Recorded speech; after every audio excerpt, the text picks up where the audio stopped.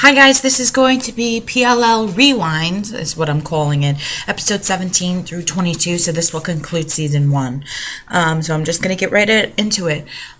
Spencer, in this episode, Spencer kind of sneaks into the Kavanaugh house, and we see Jenna's room. We see a ton of dolls, which we know that A loves dolls, okay? I was pausing as it was like panning, and there, besides her little braille communicating thing, there also is an old typewriter in Jenna's room. Okay? So, that's another person that has a typewriter. Okay? There's also a music box. She has tons of like globes and musical like boxes and stuff, and has the seasons go on, we know that there's a lot of like music box and that kind of creepy sounds, and also Jenna plays the flute, and she plays a lot of like old school, like old songs, and we also know that listens to a lot of old music, has season 2, 3, and 4 come on. So these are just clues that I came up with from season 1. So they figure out that it's a room 214, okay. Also, the combination to Caleb's locker is 214, which we find out way later, but I just wanted to add that in. I'm really suspicious of Byron and Ezra in this episode. This is the episode that Byron meets him and doesn't like him because he thinks that he's trying to make a move on his wife, not his daughter. And we hear at the end with at the end of this episode, we hear that same like snow globe music. So somebody that has access to that obviously is connected to A at this point. Episode 18 is the play, which it kind of just disappeared, the play. They didn't talk about it after that. It's called The Bad Seed. Are people born evil, or do they learn to be? That's the question that Ezra asks. Jenna says she has been fascinated by the nature of evil. So we see Jenna and Ian talking, which the girls never knew that Jenna and Ian were, they knew each other. Come to find out that they're working together. Obviously, because Ian was the one that did the videos and knew about Jenna and Toby, we draw the connection later. And people said, how do they know each other? He's a coach. Which team is she playing on? Which I think is foreshadowing that Jenna's part of an A or a B team. Mona is having a problem figuring out who's evil and who's naughty, she says, when she's trying to figure out her part, which I think is another foreshadowing. We have, why did Allie blind Jenna? They're thinking because Ian and Jenna also had a thing, and she thought that maybe if she went blind, Ian wouldn't be interested in her anymore. That's kind of a theory. The 19th episode, Toby and Spencer are in the hotel room waiting for somebody to come in the other one. There's no real A messages. You have Toby and Spencer together. You also have Hannah and Caleb in the woods. And Ezra and Arya are having a sleepover.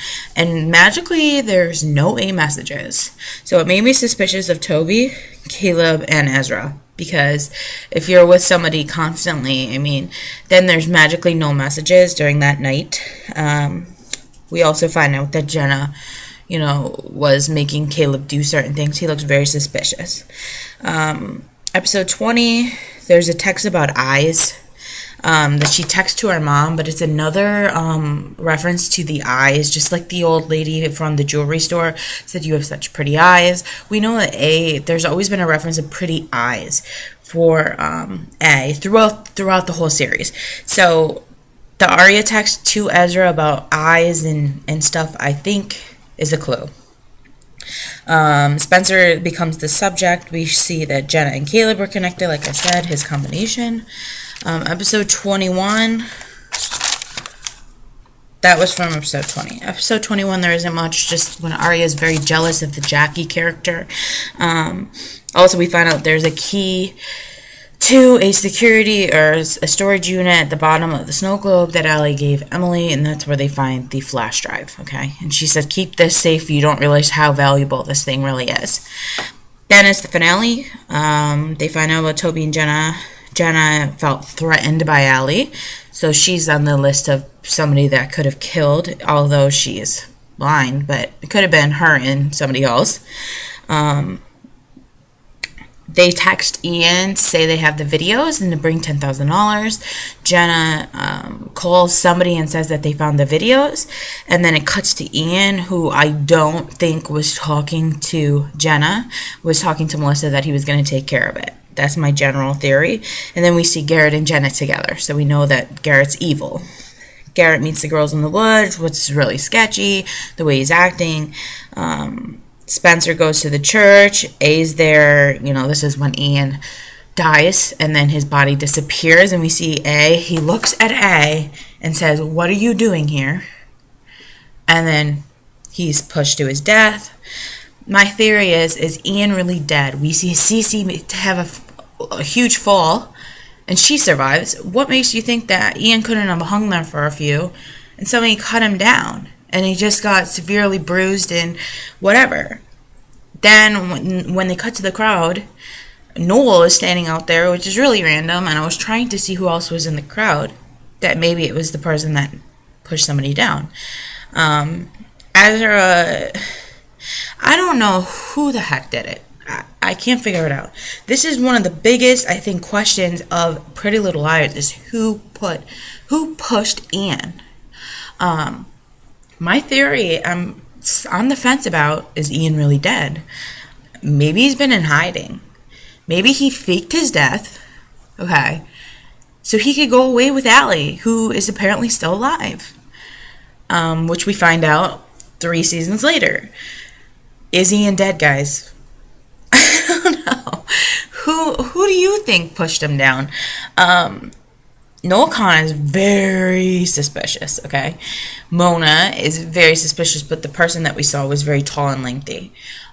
We find out later Lucas is on the team. Lucas and Mona were in the car together. We see a connection of them two for the first time, trying to get to, and I think that's when the whole initial friendly moments happen with them, which later leads to them being on the A team together. Caleb is suspicious.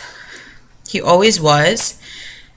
And I kind of let it go, and I think a lot of us let it go. But I think as I watch these series, the whole rest of the series, I'm going to notice that Caleb may be a little bit more suspicious than we thought, and we were tricked. Paige, I never liked Paige. Ugh, she's so annoying to me. But I still do think she's connected somehow. So I thought that maybe, obviously I've been doing how many videos for you guys? I think it's the 4th one for season 1. And I have, where is it? Literally pages upon pages upon pages of clues, okay? Which is going to be really cool. Now I have these to reference.